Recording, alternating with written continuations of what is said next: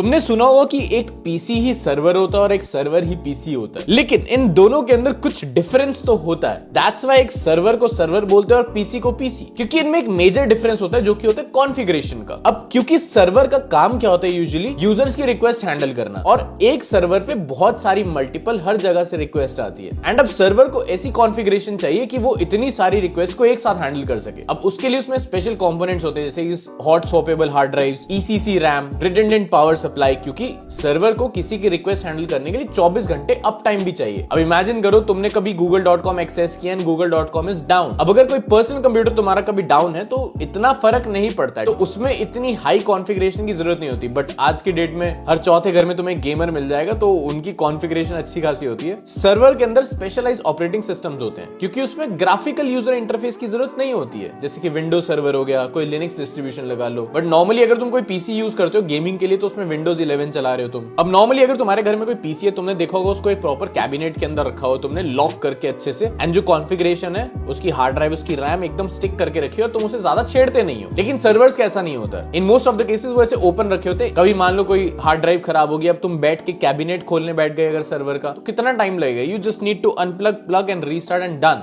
These are the major differences between two. But अगर तुम अपने पीसी को एज अ सर्वर और सर्वर को एज अ पीसी यूज करना चाहो, that is 100% possible and all set.